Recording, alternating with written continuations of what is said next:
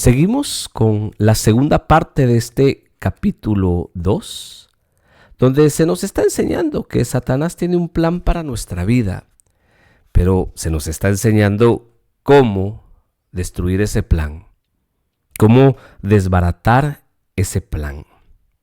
Los espíritus malignos son enemigos. Efesios 6:11 nos enseña que el demonio usa artimañas para atacarnos, pero aquí hay un consejo bien importante que debemos de tomar en cuenta. No debemos de centrarnos en los espíritus, en el demonio, porque podemos caer en la tentación de interesarnos demasiado por ellos, y eso no es sano. No, nuestro interés primero es en Dios, en su amor, en su misericordia, en su perdón, y segundo en la persona, porque aquí lo que vale es la persona que necesita ser sanada, que necesita ser liberada, que necesita ser bendecida. Reconocer que el demonio actúa, reconocer sus obras, destruirlas, pero no obsesionarnos con ellos, con los espíritus, porque no es ahí donde tiene que estar puesta nuestra atención. Nuestra atención debe estar puesta solamente en el Señor, únicamente en el Señor. Quitémosle el derecho a los espíritus, el derecho que han tenido sobre nosotros, el poder que están ejerciendo sobre nosotros, y démosle el derecho y el poder al único que se la merece, que es a Dios. Hay puertas de entrada, se habla mucho de esto, pero a veces no se enseña bien. El libro me parece equilibrado, me parece bien fundamentado cuando enseña cuáles puertas puede usar el demonio para entrar. Entrar en nuestra vida, mentirnos y construir pensamientos en nosotros que son pensamientos de mal y no de bien. Una oración sencilla que podemos hacer en este caso es esta que nos sugiere el autor: Señor, muéstrame los lugares donde los espíritus malignos han obtenido acceso a mi vida. Y el Señor me va a mostrar cuáles son los lugares donde el maligno ha tenido acceso a nuestra vida. Una puerta, el trauma. ¿Cuántos seres humanos vivimos con traumas? Abusos, golpes, violencia, accidentes, enfermedades, todas aquellas cosas que nos han dejado traumas en nuestra vida. El demonio puede usarlas como una puerta de entrada para mantenernos cautivos y oprimidos. Vergüenza,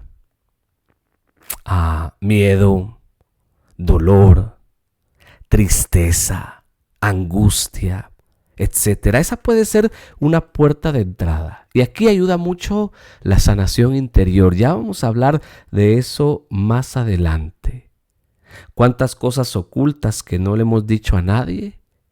Que a veces ni siquiera tenemos el valor de confesar, pero que cuando compartimos en el amor de Dios y en la misericordia de Dios, pueden ser sanadas. Otra puerta es el involucramiento en el ocultismo, en lo oculto.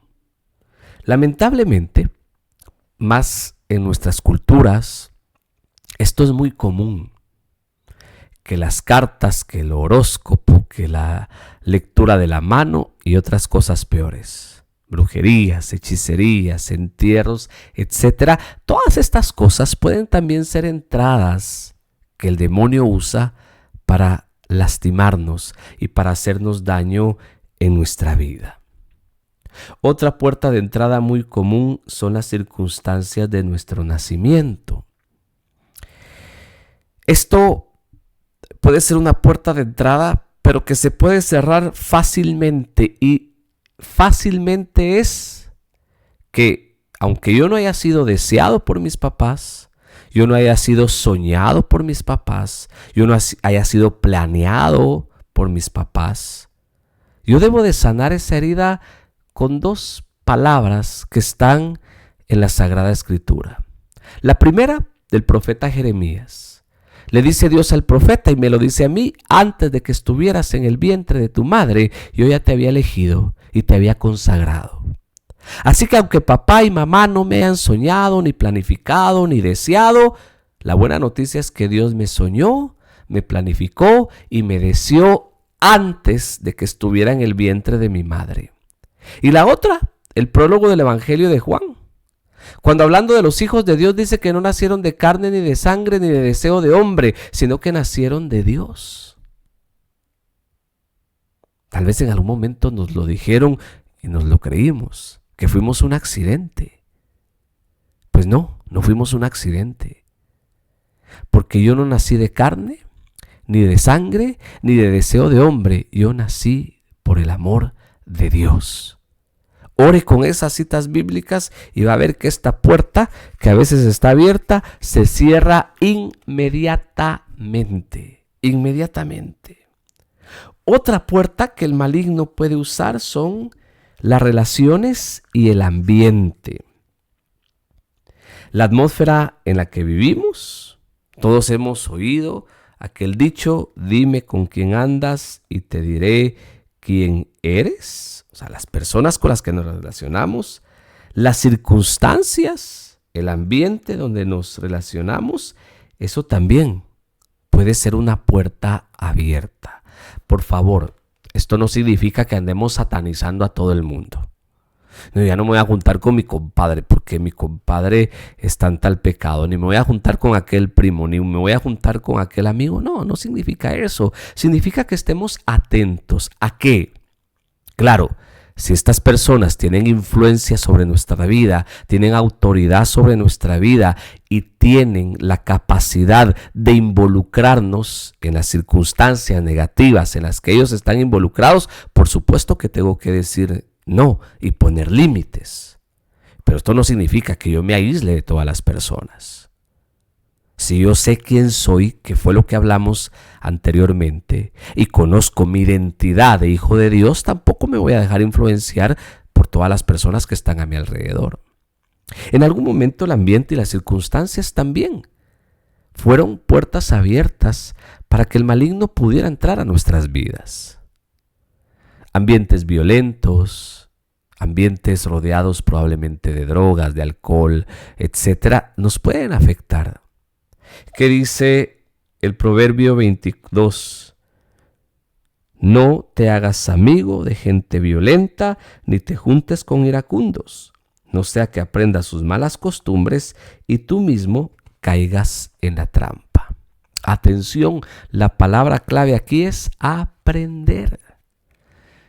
Si yo ando aprendiendo cosas malas, pues esas cosas malas van a ser puerta abierta para que el maligno pueda entrar en mi vida. Cuidar entonces nuestras relaciones y cuidar el ambiente donde nos desenvolvemos. Pecados deliberados. Esto quiere decir pecados que cometemos libre y voluntariamente. En ética y moral podríamos decir vicios. Un acto malo repetido continuamente se convierte en un vicio. En espiritualidad podemos hablar de pecados que se convierten en adicciones. Pero esto es porque lo cometemos libre y voluntariamente y deliberadamente. Mientras más lo hago, más fuerte se hace en mi vida. Así que para esto tenemos muchas herramientas. La confesión sacramental, la oración de sanación interior, la comunidad, la ayuda, etc. Se enseñó por mucho tiempo en la renovación carismática católica, y lo quiero decir abiertamente, que hay pecados familiares, que hay cadenas, que hay taras intergeneracionales, por un texto de la Escritura que aparece en el Éxodo 25:6 y en el Deuteronomio 30:19, donde Dios dice que maldice hasta la 4ª generación. ¿Es el único texto en toda la Escritura que habla de esto? No se habla más. Y recordando que la teología del Antiguo Testamento y la revelación del Antiguo Testamento es progresiva, muchas cosas que se creyeron en un tiempo y que se pensaron que Dios había establecido se quebrantaron en otro tiempo. Y un caso es esto. Recordemos cuando el ciego está a la orilla del camino, los apóstoles le preguntan a Jesús quién pecó, este o sus padres, y Jesús responde: ni él ni sus padres, Dios permitió esto para manifestar su gloria. Esto refleja que la mentalidad de los apóstoles todavía existía esa creencia de que muchos males que el ser humano vive son fruto de su pecado personal o del pecado de sus antepasados, y Jesús dice no. Pues en el Antiguo Testamento esta ley de las maldiciones y de las taras generacionales quedó quebrantada en Ezequiel 18 y en Jeremías 31, versos del 31 al 33. Si usted lee todo el texto de Ezequiel 18 completo, va a oír cuando Dios a través del profeta dice: ¿por qué andan diciendo en Israel este proverbio? Nuestros padres comieron uvas verdes, agraces, y a nosotros nos duelen los dientes, nosotros tenemos dentena. Y dice el Señor por mi nombre que ya no más se dirá esto en Israel. Ni el padre pagará los pecados del hijo, ni el hijo pagará los pecados del padre. El que peque, ese morirá. Puede seguir leyendo. Y Jeremías dice que Dios perdona y olvida. Perdono su pecado y de él no me acuerdo más. O sea que cuando Dios perdona, olvida. Olvida. No hay fundamento bíblico ni teológico para hablar de maldiciones ni de pecados intergeneracionales. Y si aún así pensemos la hipótesis de que existiera, recordemos que somos bautizados. Y desde que fuimos bautizados, somos nueva criatura. Que dice Pablo, lo viejo ha pasado, ahora todo es nuevo. Así que aunque trajéramos cargas de nuestros antepasados, pero ya sabemos que no es cierto, pero pensemos que sí, cuando fuimos bautizados, eso fue borrado. Todo lo que sucede de nuestro bautismo en adelante es cosecha propia. ¿Que hay patrones conductuales repetitivos? Sí, pero eso no tiene que ver con una maldición intergeneracional o con un pecado intergeneracional. Un patrón de conducta adquirido, repetitivo, es aprendido. No tiene que ver con una maldición. Otra puerta es que nosotros cooperemos con Satanás. Si yo coopero con él, por supuesto que la puerta va a estar abierta. Aquí estamos hablando ya de gente que tiene conciencia del mal, que tiene conciencia de las obras del mal y con conciencia coopera en las obras del mal. Pero creo que aquí hay que ser muy necio, pero muy necio, para cooperar con el maligno. Pero puede pasar. Así que si yo coopero con Satanás, pues el plan que él tiene para mí va a ser exitoso. Exitoso, exitoso. Pero si yo coopero con el plan de Dios para mi vida, el plan de Satanás va a ser un fracaso. ¿Por qué? Porque Dios vino, por el poder de su Espíritu Santo, a alejarnos del poder de Satanás y a enseñarnos a vivir bajo el poder de Dios. A enseñarnos a vivir bajo el poder de Dios.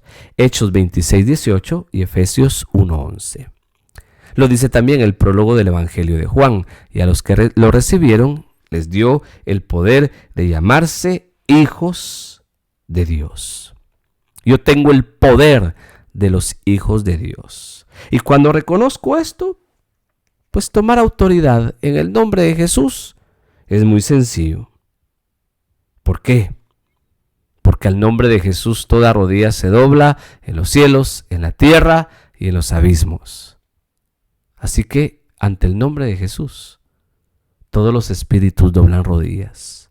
Cuando yo reconozco la autoridad que tengo como hijo de Dios en el nombre de Jesús, tengo la autoridad contra los espíritus malignos.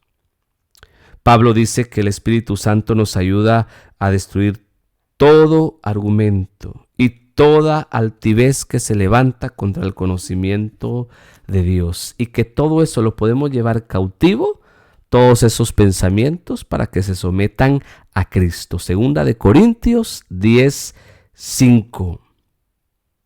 Todo debemos de someterlo al poder de Dios en el nombre de Jesús. Pensamientos de muerte, pensamientos de tristeza, pensamientos de angustia, pensamientos de mentira, todo hay que someterlo al poder de Jesús. Tenemos autoridad. Tenemos autoridad. Por eso hacemos la oración que aparece en la página 54. La hacemos con el poder del Espíritu Santo y decimos: yo te amo, Señor. Ven, trae tu luz y expulsa la oscuridad. Trae tu verdad y expón las mentiras. Hay muchas cosas en mí que me impiden dar y recibir tu amor. Límpiame con tu sangre. Libérame de esas mentiras que no me dejan conocer tu amor. Quiero caminar en tu luz, recorriendo el sendero que tú has escogido para mí. Que así sea. En el nombre de Jesús. Amén.